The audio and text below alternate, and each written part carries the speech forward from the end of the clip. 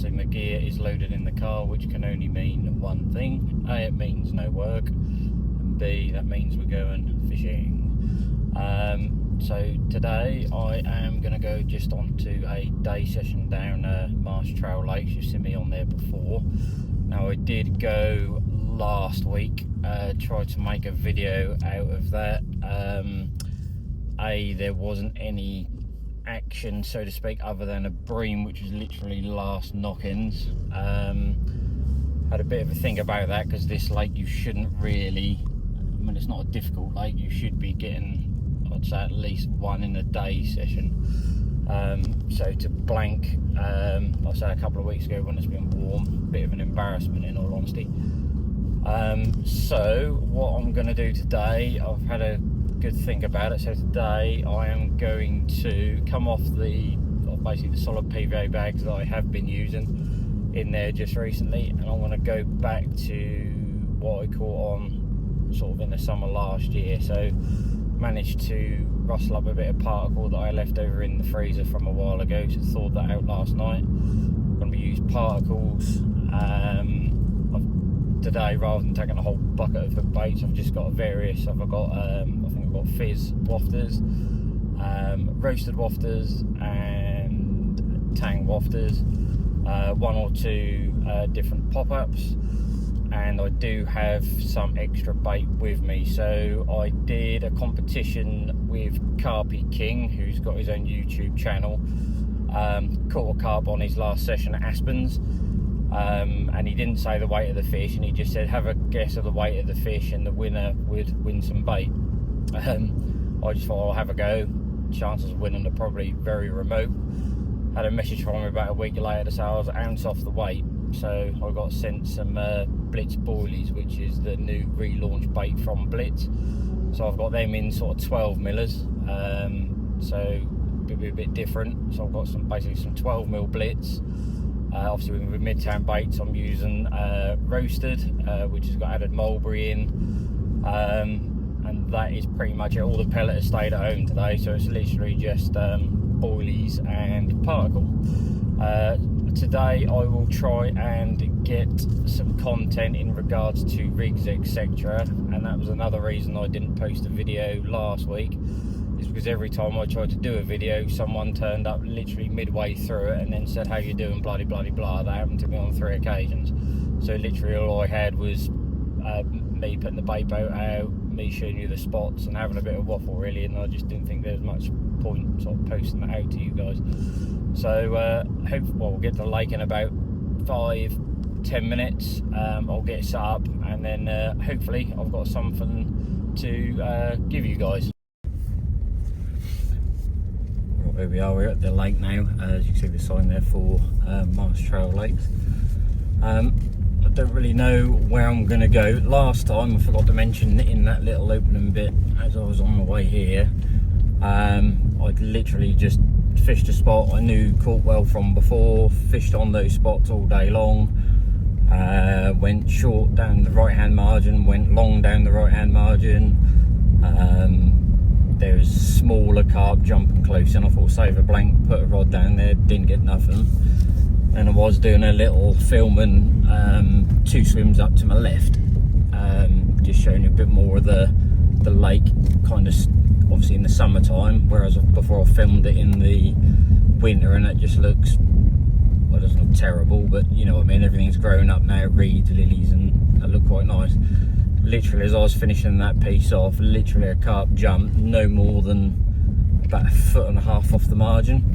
So what I'm thinking of is, rather than just going to my regular spot, shall we say, where I've caught from before, it might be worth me just sitting somewhere else a little bit different, and then well, I've got a plan of action anyway. I'll have a look. I'll just fish the margins, I think, put my rod tips right back, just keep quiet and just fish where people don't generally go. I say all these spots in this lake, all the good swims, if you like, every single swim is generally hammered. So yeah, we'll just drive in, I'll get set up, and then once I am set up I'll let you know what I'm doing. Sorry for the bumps, I will get back to you later on. Right, well finally, I'll just see what the time is. The time is now about 10:15, so time is getting on a little bit. Got the spot that the fish were jumping. I might, because I kept the clip from last time when I was filming before when that fish jumped just in the margins. I thought rather than fishing the real popular spots or go-to spots if you like, just thought I'd try something else and just fishing the fish both margins. So I've got my rod tips back, just fishing, say, close in, literally an underarm lob, got a load of particle in, got some 12mm baits in there, the Blitz that I got off a winner on YouTube, and a bit of roasted bottom baits as well, and just a load of hemp and just small particle bits really. Generally in here this time of year they love the particle, so let's hope we pick one up. I will turn you around and show you the spots that I'm fishing. I might also later on in the day, if we don't get anything, I've got an island dead in front of me and you can only get to the face of the island from this particular peg. Well, pegs are left and right, but you'll be going over this swim, so I'll just turn you around. Right, there we go. There's the rod, so I've literally got one where my landing net is, just to the left hand side on that tree there on the left. On the right you can see that tree over to the right and close in down there as well, so just mega slack lines, like I say, fishing with the particle, wafters on both hook baits and just see how it goes. So later on I might, if nothing happens in the margin, I might, you can see over there that looks like reeds in the margin but it isn't. So over here it's quite shallow along this reed line up here, so if I get my boat I can put my boat literally foot or two off that back, back margin if you like, on the reeds. I dare say the fish will go up and down there because it's kind of shallow and then it drops off. So we'll see how it goes for now. Later on I will show you what I'm using, and I also might do a kind of tuition for all you guys who are kind of new to fishing. I'll just show you how to type a basic rig. You've probably seen it all before on YouTube before, but it's just to get some sort of extra content on the filming. We'll catch you later. Good afternoon. It's now 12:15. I've left my rods out, haven't touched them since I got here first thing this morning. Just sort of looking out in the lake thinking what I could do. I was going to put a bait just to the right hand side of the pads there on the far bank, but the guys in the corner there have just gone on the other side of the pad, so it'd be a bit disrespectful just to go on the other side. So what I think I'm going to do, there's reeds just in front of me there. I'm going to put the bait boat out there with particle, similar kind of mix of what I've been putting in the margins, to put it in the boat and then drop one off just close to the reeds over there, because I know that's shallow. I dare say the carp are going backwards and forwards around them reeds. They rarely show in here. It's a bit of a job to tell, but as I'll leave that left hand one in the margin as it is. I'll just try and put one out say near them reeds over the far side, and I'll show you where I'm putting the baits now.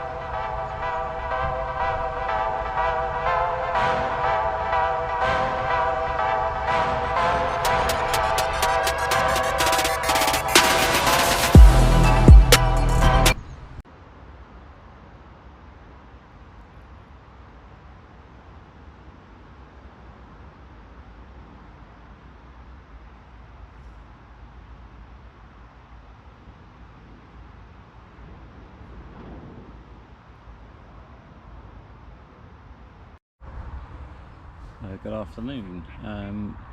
Action's still a bit quiet at the moment. I've been trying different spots on my right hand rod.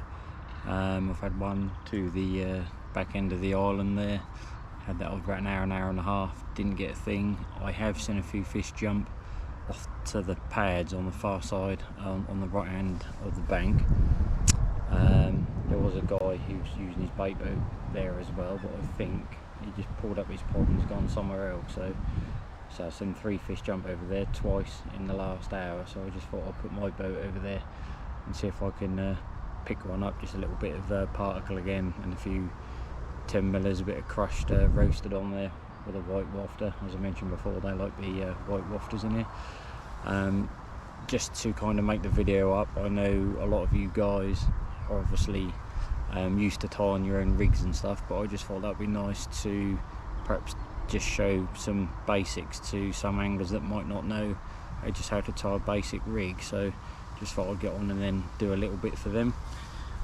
So if you're new, I say there's many rigs out there. It's a bit of a minefield, especially on YouTube and magazines, etc. You've got obviously the spinner rig being the most popular for pop-ups, wafters. Well, it's a sort of a multi-purpose rig really, but just going back to when I was probably fishing 10-15 years ago, those rigs still work today. So I'm just going to show you how to tie up a basic rig. So you can use obviously any hook material of your choice. Just got some old stuff here, which is the Ridge Monkey rock bottom. So all you do, just tie an overhand loop to make your hair. I won't show you how to do that. There's probably many YouTube videos out there showing how to do overhand loop, but I'll just show you the basics anyway. Right, so we're just going to do we're going to do a KD rig, and I'll show you why in a moment, just for the aggressiveness. So the way I do it is we've got the hair loop there. That's what we're going to attach the boilie to. So before I tie up a rig generally, I would put the bait on first, just so you can get the correct gap. So obviously put your boilie on the heel like so.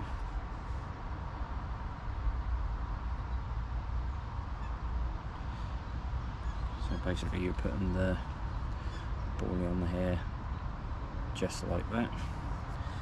Right, cut off the length you require.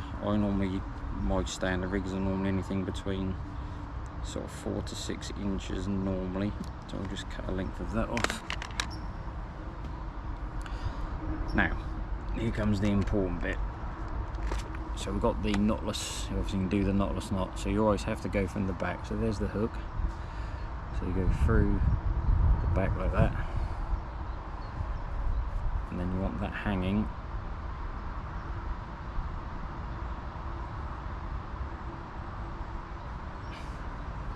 just like that. And what we're going to do, you're going to nip where it comes off the back of the hook, just there, and you're just going to wrap around away from where your hook eye comes round. Always go the opposite way, so go 1, 2, 3, and hold out of the way, and then we're going to lift the hair, and then you're going to go it's a bit awkward to do. You're going to go underneath, so you're going underneath, and probably do that 4 or 5 times.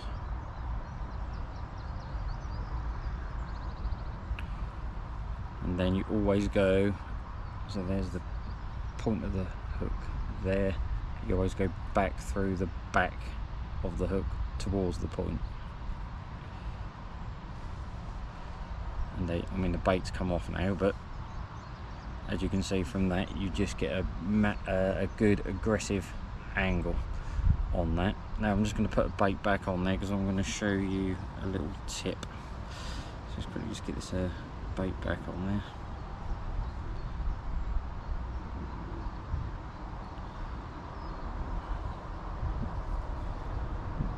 That bait's all crumbly, but hopefully that will stay on. So basically you've got the aggressive angle like that, that hook is prone. As soon as that fish picks that bait up, that hook is ready to hit home. There's no way of getting away from that. Now, because that hair is long and you cast it out like that, that's bound to tangle. I mean, I've done that on a coated hook link. Normally you do that on braid. So if you've done it on braid, that hair will be going all over the place and you're likely to get a tangle. Now, what I do with this is I make what's called a Bermuda triangle stringer. So rather than having it in a line how you normally would, you have it in a triangle like this, and you attach that to the rig. So I'll just show you how to do that now. Right, so you just make a loop in the end there like that, and then you put that string of bait on there. Now the way you get that to stop the hair from wrapping around your hook and whatever, obviously where you put the hook in there, you just put your hook right in the very centre of the 3 baits.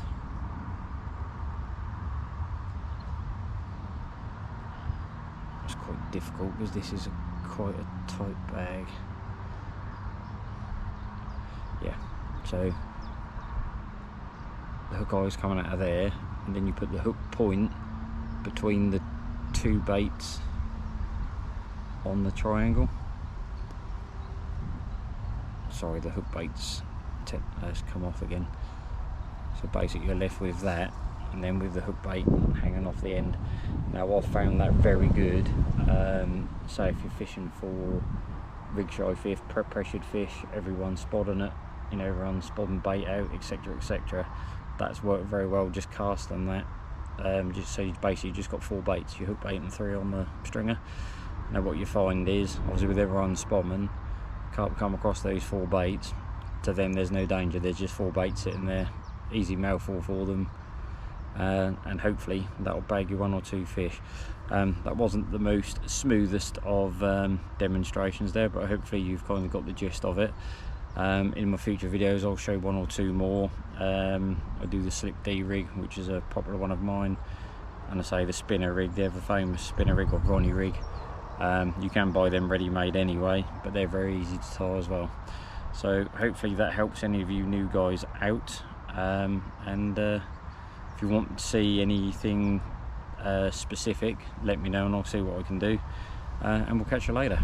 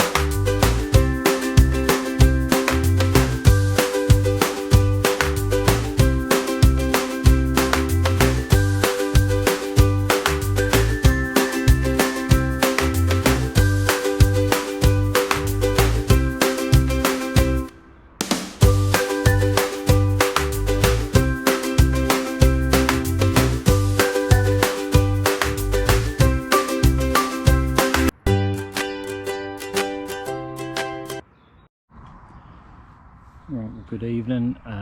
Pretty much last knockings now. I've really kind of worked my socks off today, shall we say. So what happened, a guy to my right hand side of me, he was spodding all down. I thought, haha, what a waste of time. He had the last laugh. He was spodding mixers out there and just using over dip zigs. He ended up having a 21-pound common, which I took pictures of for him. Had a bit of a chin wag with him, and then I came back to my swim. The island in front of me where I was fishing earlier on, there was loads of, well, I saw the reeds knocking. Thought I was kind of seeing things. Looked over there again. On 2 or 3 occasions the reeds were just twitching. I thought, let's put a rod over there. As soon as I put a rod over there, they started doing maintenance work around the lake. I thought, bloody typical. Started strimming, making a load of noise, cutting the reeds down, trimming all the bank sides down for matches on the other lake, and just generally tidying up. I suppose they've got to do it, but when there's not anyone here really, but never mind. I put my rods next door for a brief while for about an hour, didn't catch anything down there either, and then I kind of lost all hope. Come back to my swim, and then I put them both out with the boat, one to the island as a couple of fish jumped near the island to my left, so two swims to the left, and I put one over near the pads where they were jumping earlier on. Now there's a lesson to be learned here. I put out in the boat, dropped the bait off, put my rods on the floor, I've packed away on the buzz bars, saw the line picking out of the water, tick tick tick of the clutch, yes I'm in, picked up the rod hooked over for a brief moment, hook pulled out, a few chosen words were said, and then when I checked the hook point where I was fishing down, when I just tried that margin down there for an hour, the hook point had burred over. So lesson to be learned, always check your hook points before you put them out. I always do it normally anyway, because I'm a bit of a sucker for checking the hook points every single time I cast out, but hey ho, one of those things. Literally last knockings now, got my rods on the floor. Yeah, I'll just spin you around.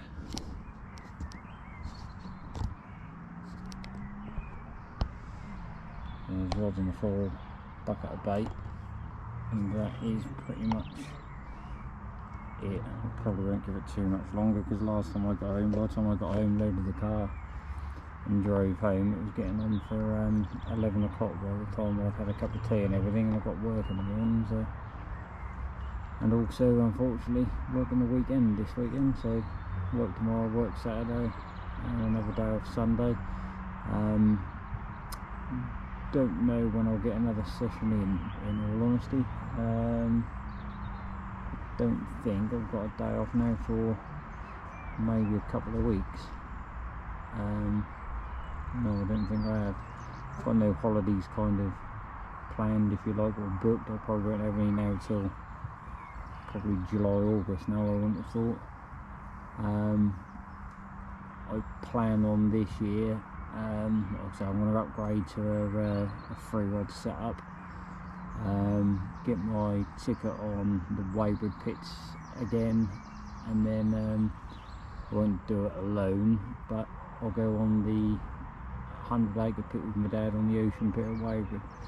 There'll be plenty of blanks on there, but if you do get a take in there, it could anything from like £10–15 up to like 40, so be some major shocks in there, big catfish as well. Yeah, so that's the update for now. I'm hoping, so I'm probably going to be here for about another half an hour, and I'll just leave the rods on the floor, everything also is packed away.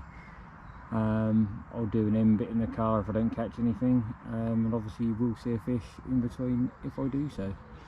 So unfortunately there's no fish again guys, not making very good videos here. I know you guys want to see fish all the time, but I suppose, as they say, it's keeping it real. You can't catch fish all the time.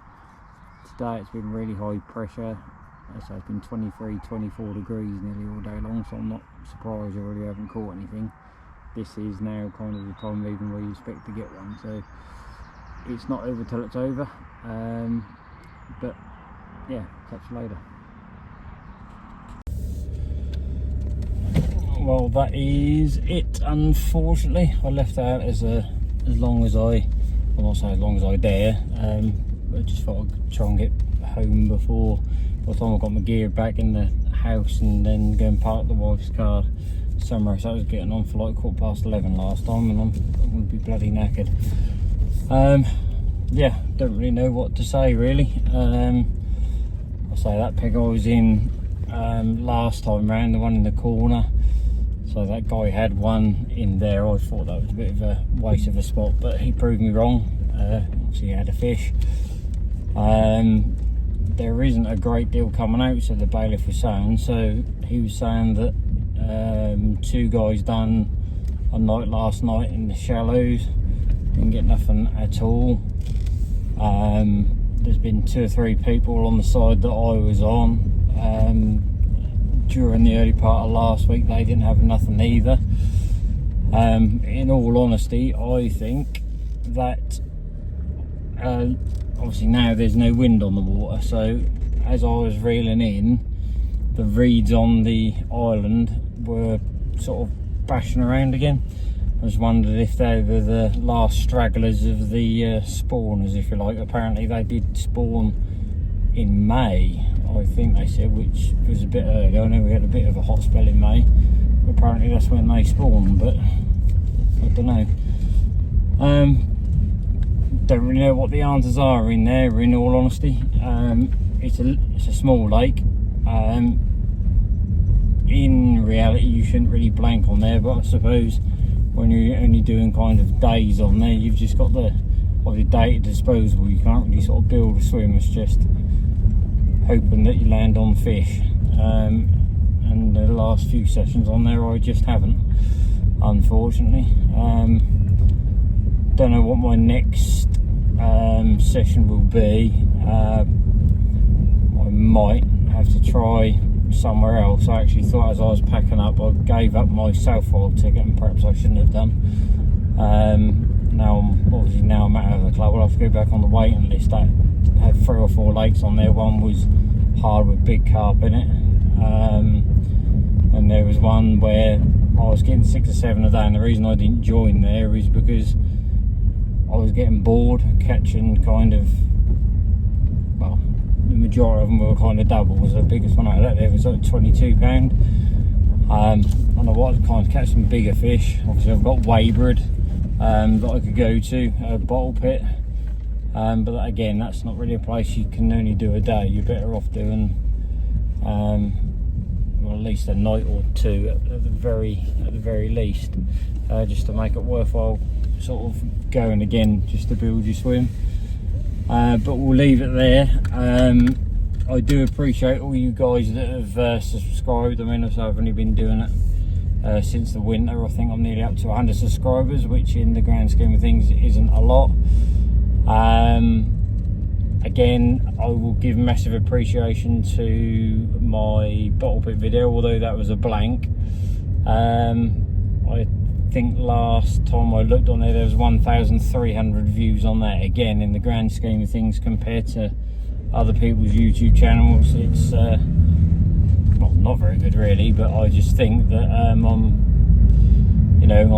doing well. I'm trying my best to get some content whilst I'm by myself, whilst I'm fishing. Again, when you've got 1 or 2 of you, like when my dad's with me, you can kind of make something of it, because you can both do a bit of film and talk to one another, etc. But when you're in, it's a bit difficult, as I'm sure you can understand. Anyway, less of the waffle. Now on the way home. Again, if you could just like, subscribe, put any comments what you'd like to see. If you got any advice on camera equipment as well, I'd appreciate it. I want to get some so there are, I think it's DJI mic, sorry, not camera, DJI mic or a Rode mic, and I also need to get a media mod. At the minute that's going to cost me nearly 200 quid. So if you've got any ideas where I could get something, that'd be great. Yeah, so like, subscribe, and I'll catch you on the next one. Cheers guys.